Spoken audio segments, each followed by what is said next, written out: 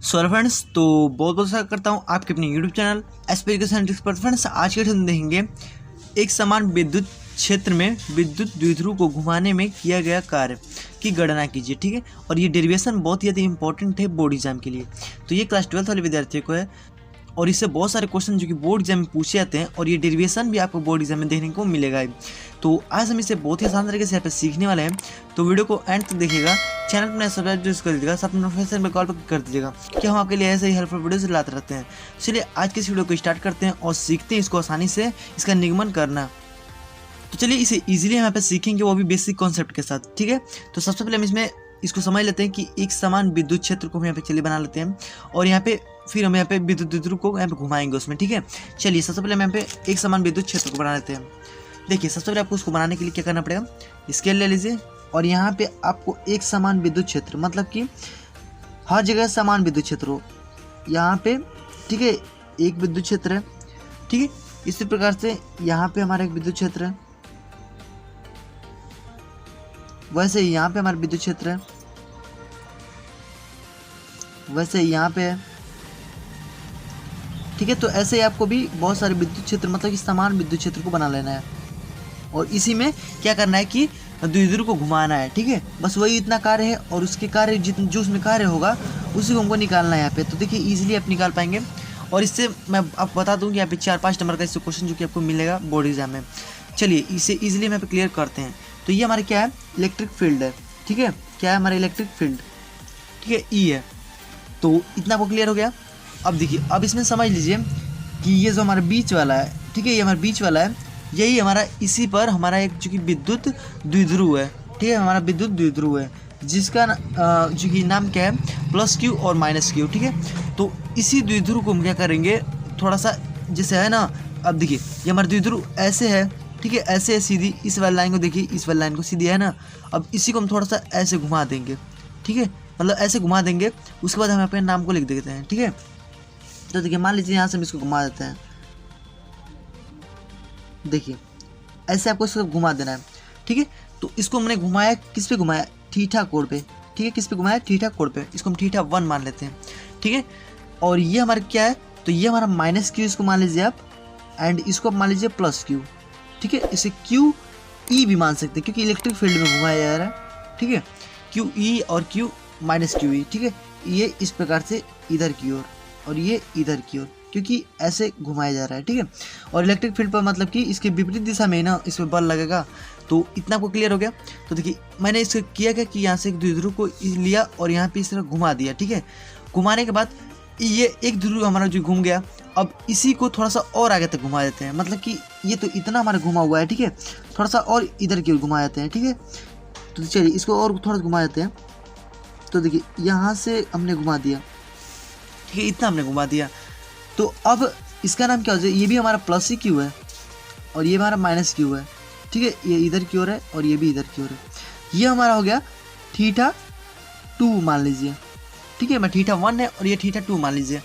ठीक है, इतना क्लियर हो गया, बस इतना कार्य हो गया। अब इसमें जो भी हमारा कार्य हुआ है, मतलब कि अब देखिए हम इलेक्ट्रिक फील्ड के विपरीत में अगर घुमाएंगे किसी भी चीज़ को तो उस पर कुछ बल लगेगा, उसमें कुछ कार्य होगा। ठीक है, तो उसी कार्य को यहाँ पे निकालना है और यहाँ पे इजीली हम इससे निकालेंगे। देखिए तो फ्रेंड्स, आई होप कि आपको इतना क्लियर हो गया होगा। तो फ्रेंड्स, अगर आपको इसमें कोई भी दिक्कत हो ना तो आप हमें कमेंट कर सकते हैं बेझिझक। ठीक है, चलिए इतना आपको क्लियर।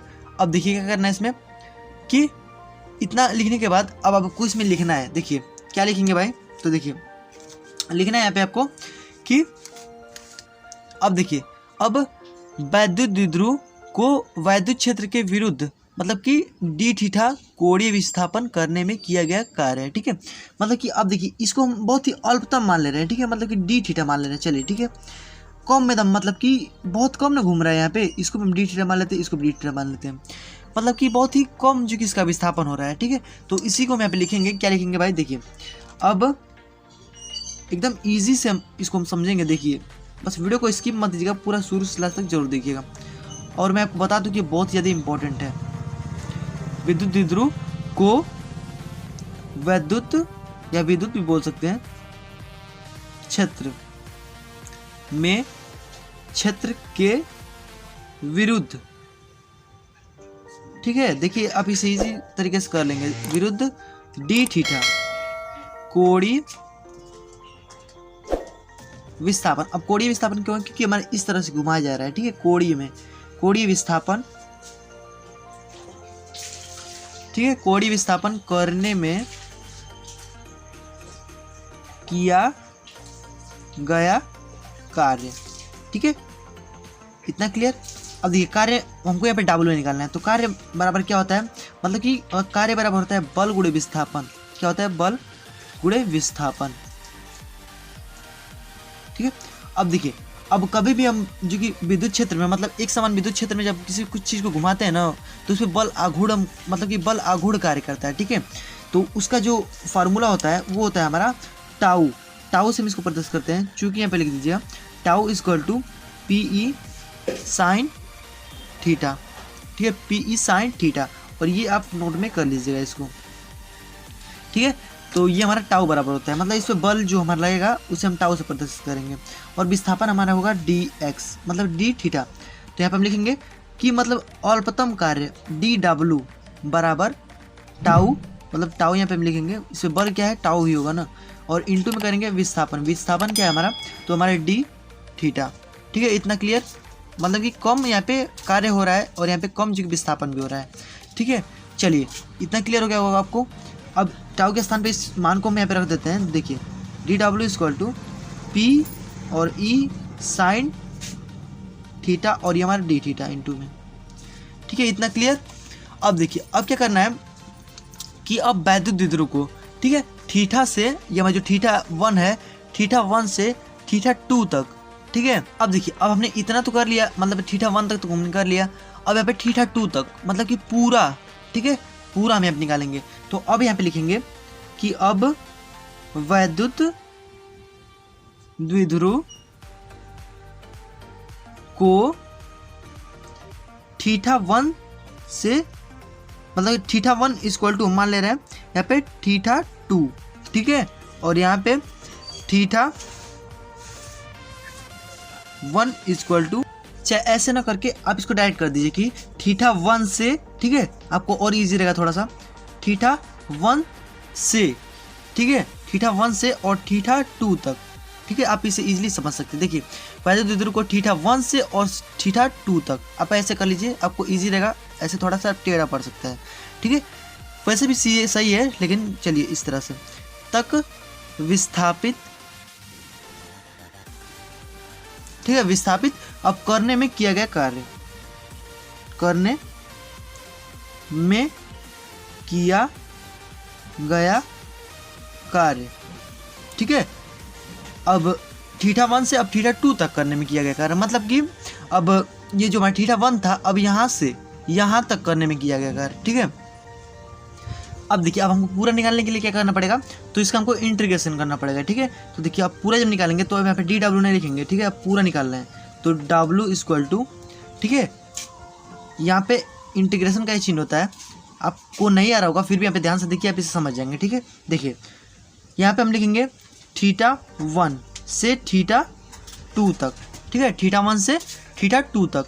अब यहाँ पे आपको लिखना है जो भी हमारे यहाँ पे मान दिया हुआ है, मतलब डी डब्ल्यू हमारे यहाँ पे दिया हुआ है ना, इसको यहाँ पे हम पूरा लिख देंगे, ये वाला, ठीक है, डी डब्ल्यू के स्थान पे हम इसको पूरा यहाँ पे लिख देंगे, मतलब इसको लिखेंगे, ठीक है। इसको हम चलिए यहाँ पे लिख लेते हैं, देखिए डी डब्ल्यू, ठीक है। अब देखिए पूरा हमको निकालना है, तो अब यहाँ पे क्या करेंगे, अब यहाँ पे लिखेंगे डब्ल्यू, ठीक है, डब्ल्यू इक्वल टू थीटा 1 से थीटा 2। अब डी डब्ल्यू के स्थान पर हम पी साइन थीटा लिखेंगे, पी ई साइन थीटा, और यहाँ पे हमारा हो जाएगा डी थीटा, ठीक है, इतना क्लियर हो गया। अब देखिए, अब क्या करना है आपको, इतना करने के बाद अब देखिए, अब इसमें जो हमारा p है वेरिएबल है, इसको हम बाहर निकाल देंगे, ठीक है। चलिए इसको बाहर निकाल देते हैं। उसके बाद देखिए, चलिए इसको हम बाहर निकालते हैं, तो देखिए क्या हो जाएगा हमारा w equal to integration theta 1 से थीटा 2, और यहाँ पे पी ई, यहाँ पे हम, तो देखिए यहाँ पे थोड़ा सा बाहर निकाल दिए, ये इधर है, इसके बाहर, तो यहाँ पे अब हमारा बचा गया साइन थीटा, और ये हमारा डी थीटा, ठीक है, इतना क्लियर हो गया। अब देखिए, अब इसमें क्या करना है कि साइन थीटा, अब साइन थीटा का आपको जो कि पता रहेगा कि इसका इंटीग्रेशन क्या होता है, तो ही तो आप इसे कर पाएंगे ना। तो साइन थीटा का इंटीग्रेशन क्या होता है उसको पहले आप समझ लीजिए। तो देखिए sine theta sine theta D theta equal to होता है हमारा कॉस थीटा, ठीक है, माइनस कॉस थीटा। क्या होता है? माइनस कॉस थीटा, ठीक है। तो देखिए साइन थीटा और डी थीटा इक्वल टू क्या होता है? माइनस कॉस थीटा, ठीक है। अब देखिए, तो देखिए अब करना क्या है कि इसी फॉर्मूला को यहाँ पे रख देना है। देखिए तो W इक्वल टू हमारा हो जाएगा, ये हमारा बाहर हमारा बचा हुआ है PE, ठीक है, और यहाँ पे θ1 से θ2, और फिर यहाँ पे क्या हो जाएगा हमारा कि माइनस कॉस थीटा, मतलब माइनस को हम बाहर निकाल देते हैं, कॉस थीटा। अब देखिए इतना हो गया क्लियर। आपको इसमें कहीं भी डाउट है तो आप कमेंट करिएगा। देखिए अब फिर यहाँ पे W इक्वल टू लिखेंगे, और यहाँ पे माइनस PE है ना, तो माइनस PE यहाँ पे लिख देना है, और यहाँ पे ब्रैकेट लगा दीजिएगा। अब यहाँ पे कॉस थीटा जो है, अब देखिए अभी जो हमारा है ना कि θ1 से θ2 तक हमारे चला हुआ है, तो इसको हम यहाँ पे θ1 यहाँ लिख देंगे इधर, और θ2 लिख देंगे इसी के ऊपर, मतलब ये ब्रैकेट के ऊपर और नीचे, ठीक है, दोनों को लिख देना है। इतना क्लियर। अब देखिए W equal to minus PE, ठीक है, और ब्रैकेट में लिखेंगे। अब सबसे पहले इसको लिखते हैं, उसके बाद इसको लिखते हैं, मतलब कि कॉस थीटा, मतलब कॉस θ2 लिखते हैं, उसके बाद कॉस θ1 को लिख लेते हैं, ठीक है, मतलब कि सबसे पहले ऊपर वाला फिर नीचे वाला, ठीक है। तो देखिए कॉस θ2 माइनस कॉस θ1, ठीक है, ऐसे करना है आपको, ठीक है। इतना समझ में आ गया होगा। अब देखिए अब करना क्या है आपको कि ये माइनस का अंदर गुणा कर देंगे, और यही हमारा जो वर्क आएगा यहाँ पे निकल करके आ जाएगा। देखिए PE equal to sorry equal to नहीं, यहाँ पे ब्रैकेट है, माइनस ये हमारा इसमें करेंगे तो यहाँ पे θ2 जो है वो हमारा माइनस हो जाएगा, ठीक है, और हमारा प्लस हो जाएगा। इसका मतलब कि इसको हम ऐसे लिख सकते हैं कॉस θ1 और माइनस कॉस θ2, ठीक है, मतलब कि इसको इधर भेज दीजिए, इसको इधर हो गया, ठीक है। तो यही हमारा हो गया माइनस का जब अंदर गुणा करेंगे तो इतना क्लियर। और यही हमारा क्या है कि इस पे जो अब कितना कार्य किया गया है इस द्विध्रुव को घुमाने में, मतलब विद्युत क्षेत्र के, जो कि एक समान विद्युत क्षेत्र में, तो अब इतना क्लियर हो गया आपको। यही हमारा क्या है, इस पर किया गया कार्य। अब इसमें कुछ छोटी छोटी रूल्स हैं, ठीक है, उसको आप समझ लीजिए, ठीक है। चलिए उसको समझ लेते हैं। देखिए तो अब देखिए अब इसमें कुछ कंडीशन है, ठीक है। फर्स्ट वाला कंडीशन में आप देख लेते हैं, ठीक है, दशा 1, ठीक है। फर्स्ट कंडीशन में हम देख लेते हैं कि अगर यहाँ पे बात कर दी जाए कि थीटा बराबर, मतलब जो हमारा θ1 था इसको हम 0 कर दें, और θ2 तक हम थीटा इसको मान लें, मतलब कि यहाँ से पूरा यहाँ तक निकालें, ठीक है। ये तो हमारा θ1 से और θ2 तक निकला था, और थीटा मतलब कि यहाँ से और θ1 तक निकला था। तो अगर हम इसको पूरा निकालना चाहें, ठीक है, यहाँ से यहाँ तक, तो इसमें कंडीशन है थीटा बराबर हमको 0 करना पड़ेगा, और θ2 बराबर हमको थीटा करना पड़ेगा, ठीक है। तो देखिए उसको कैसे करेंगे, तो देखिए अब जैसे उसको करेंगे तो देखिए कॉस, अगर यहाँ पे कंडीशन है क्या, देखिए कि θ1 इक्वल टू 0 से θ2 इक्वल टू थीटा, मतलब θ1 इक्वल टू 0 मान लिया, और θ2 इक्वल टू थीटा, मतलब कि पूरा हमको थीटा मान लिया। अब तक घुमाने में किया गया कार्य, ठीक है। अब जब उतना घुमाएंगे तो इसमें कितना कार्य होगा, ठीक है, उसको चलिए देख लेते हैं। तो करना क्या, इसी फॉर्मूले में इसको रख देना है। तो क्या हो जाएगा हमारा, देखिए W equal to work equal to PE, तो हमारा वैसे ही रहेगा, कॉस θ1 के स्थान पे हम 0 कर देंगे, मतलब कि कॉस 0 कर देंगे, और माइनस होगा कॉस थीटा हो जाएगा, मतलब कि θ2 के स्थान पर थीटा। तो कितना हो जाएगा हमारा, तो अब देखिए कॉस 0 का मान होता है हमारा 1, तो हमारे यहाँ पे हो जाएगा 1 माइनस कॉस थीटा, और ये हमारे क्या हो जाएगा, एक और यहाँ पे फार्मूला निकल के आ गया कि अगर हमारा पहला वाला 0 हो जाए, मतलब कि θ1 को 0 कर दिया जाए और θ2 को थीटा कर दिया जाए, तो ये हमारा जो क्या हो जाएगा, हमारा W इक्वल टू PE और 1 माइनस कॉस थीटा, ठीक है। इतना क्लियर।